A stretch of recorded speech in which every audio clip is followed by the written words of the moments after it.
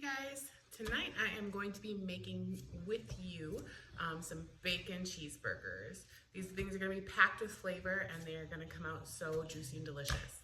You're going to want to watch this. Let's start with an ingredients listing. So I'm going to want to make 6 to 8-ish burgers for my family. I'm starting with about 2.7 pounds of 80-20 beef.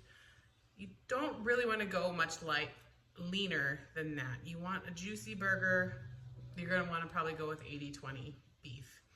I'm going to have some paprika, ground pepper, beef bouillon powder. You can use chicken bouillon powder, whatever you got. But this is going to be my salt in the recipe. So you'll see there's no salt out here currently. Garlic powder, an onion, a little melted butter, and some water just in case I need it. So let's get started. Okay, so for this particular burger, we're going to infuse the flavor inside the burger. So what I'm gonna do is I'm gonna cut this onion into chunks and get it in my little magic bullet blender. Use a food processor, blender, whatever you got. I just like this little guy because it's easier to throw in the dishwasher and wash it up. So those skins off of there. Just do some chunks so it can move easier while it's in there. All right, so that's one whole, it's a pretty small onion. To this, I'm gonna add some garlic powder, half a teaspoon or so, some paprika. I actually prefer smoked paprika, but I am out of smoked paprika. So we're gonna just add a little plain paprika. Probably do a teaspoon of that. A couple good pops of black pepper.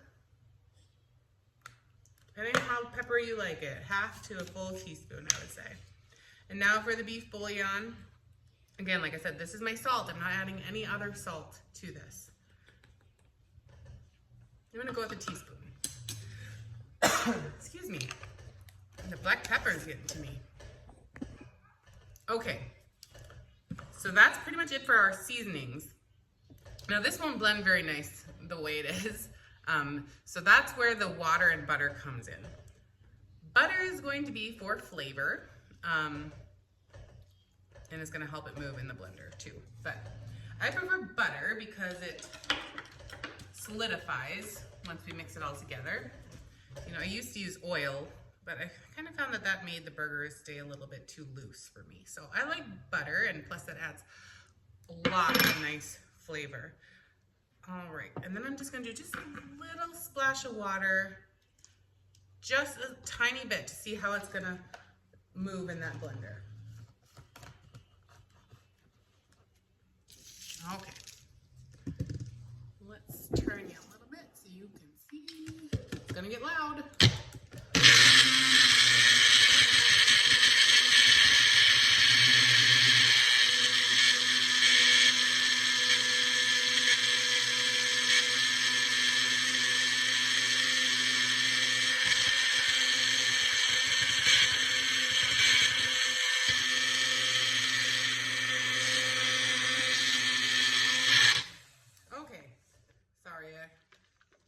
The video for a little bit. It was getting a little loud, but that looks really nice and smooth and well blended. Shake off all that extra flavor. But do you see that? It moves pretty freely on its own. That's about what you're looking for. So that's good to go. We're gonna set that off to the side till we're ready for it. Coming back over here, let's get this beef in the bowl.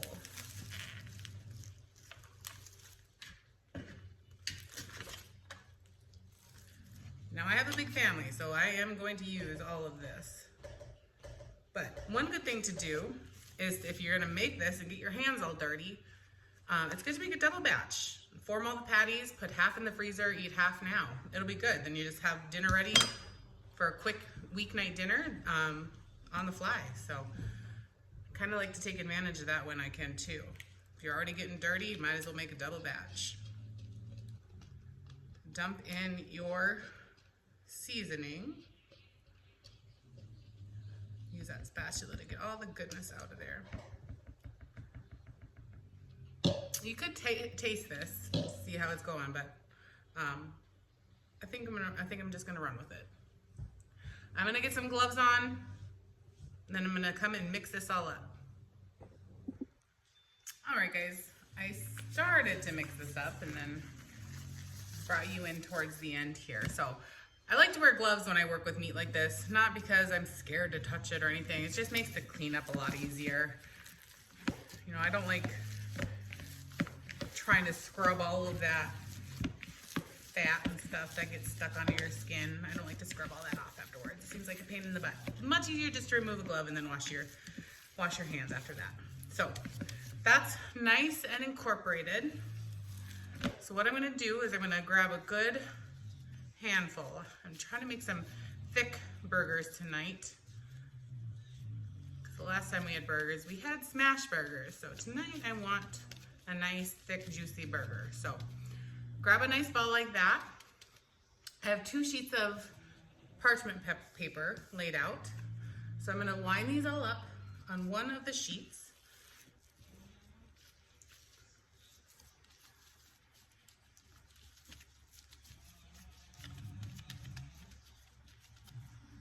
I usually make one a little bit smaller for Milo because if he decides he likes cheeseburgers that night, he obviously can't eat one as big as all the rest of us. Well, maybe he could, but we're gonna start small. So I'm gonna continue on and I will bring you back in a bit. Okay, all set, guys. So I did end up making 8 burgers. 7 equal size, 1 a little bit smaller for Milo. Ended up being about a 1/3 pound each. So that's gonna be a nice size burger. So what I do is I leave them in the ball form. Since I am going to be putting them on the grill tonight and not a flat top or a frying pan, I'm going to flatten them now instead of when they're cooking. So what I like to do for that is put another piece of parchment paper on top and just smash them down to whatever thickness you like. And I find that this spreads them out really nice and even. It keeps the nice rounded edge on them. And like I said, I'm trying to keep them a little bit thicker tonight because I want to bite into a juicy burger. I don't know if you ever get a craving for that, but I certainly do tonight. So there we go. And they're all about even thickness. That's it. That's all you do. I will open this up just to show you. Looking pretty good. So I'm going to keep this on here. And this would be the good point. If you are going to put these in the freezer, just take a scissors and cut around the patties. Keep the parchment paper on there and throw them in a freezer bag. Ready to go. They're individually wrapped at that point. Like I said, super easy weeknight dinner if you decide to make a double batch and throw some in the freezer. I'm going to slide these onto a pan now and then put them in the fridge until we're ready to start grilling. We'll see you at that point. All right, guys, we're about to get back to the burgers here. Before we cook the burgers, I'm gonna toast up some buns. I just found some really soft and fresh brioche buns. Instead of buttering each individual one, I'm just going to put some butter on this hot pan and put the buns on top of it. Again, I'm all about saving some time and making things more efficient. So, nice coat of butter. Drop them down. Soak up all that good butter. Got some French fries cooking over here. If you want to learn more about that, go find my French fry video.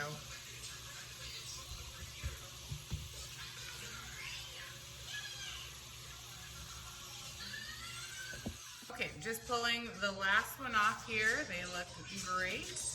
I'm gonna go wipe down my pan and then I'll come back and throw the burgers on. Okay, so the pan is all wiped down. Got my burgers. They've been out of the fridge here for a minute. We had a bit of a change of plans. We're cooking the burgers inside. All right, pan is nice and hot. Again, heat is your friend when you're cooking meat. I'm gonna crank up the fan just a little bit. Hopefully you guys can still hear me good. Put them all on here. Hoping they all fit.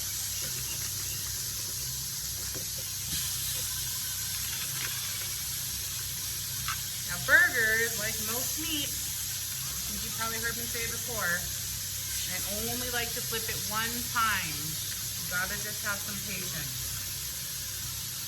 It's the only way you're gonna get that nice brown crust on there. Have some patience, let it cook, let it do its thing. If you need to take a peek, you can, but try not to. With burgers, you will start to see they'll shrink up a little bit, they'll get a little fatter, they'll get a nice little pool of juice on top, and you'll start to see like the brown creeping up the side. So, just have patience and let it do its thing. Okay, I think we are about ready to flip. So do you see how these are nice and brown around the edges? And they've kind of shrunken up a little bit and got a little fatter. It smells amazing in here. You can smell the onions that we put inside the burger. Look at that beautiful crust. That is going to have really good flavor.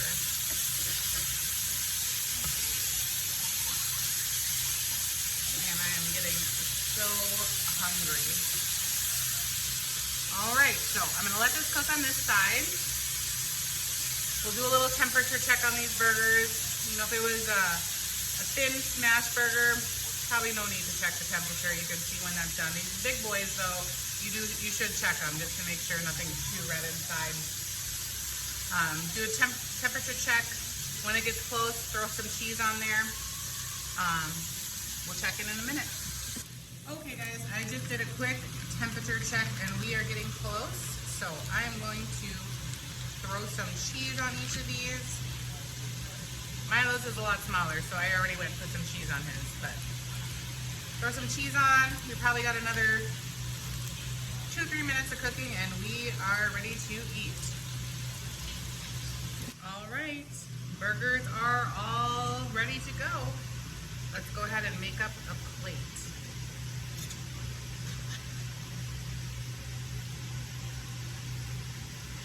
There we go. Got some bacon that I made earlier. Got bacon cheeseburger.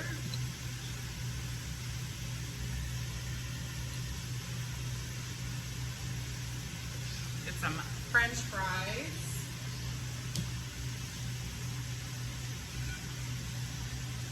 There we go. How does that look? See you on the next video.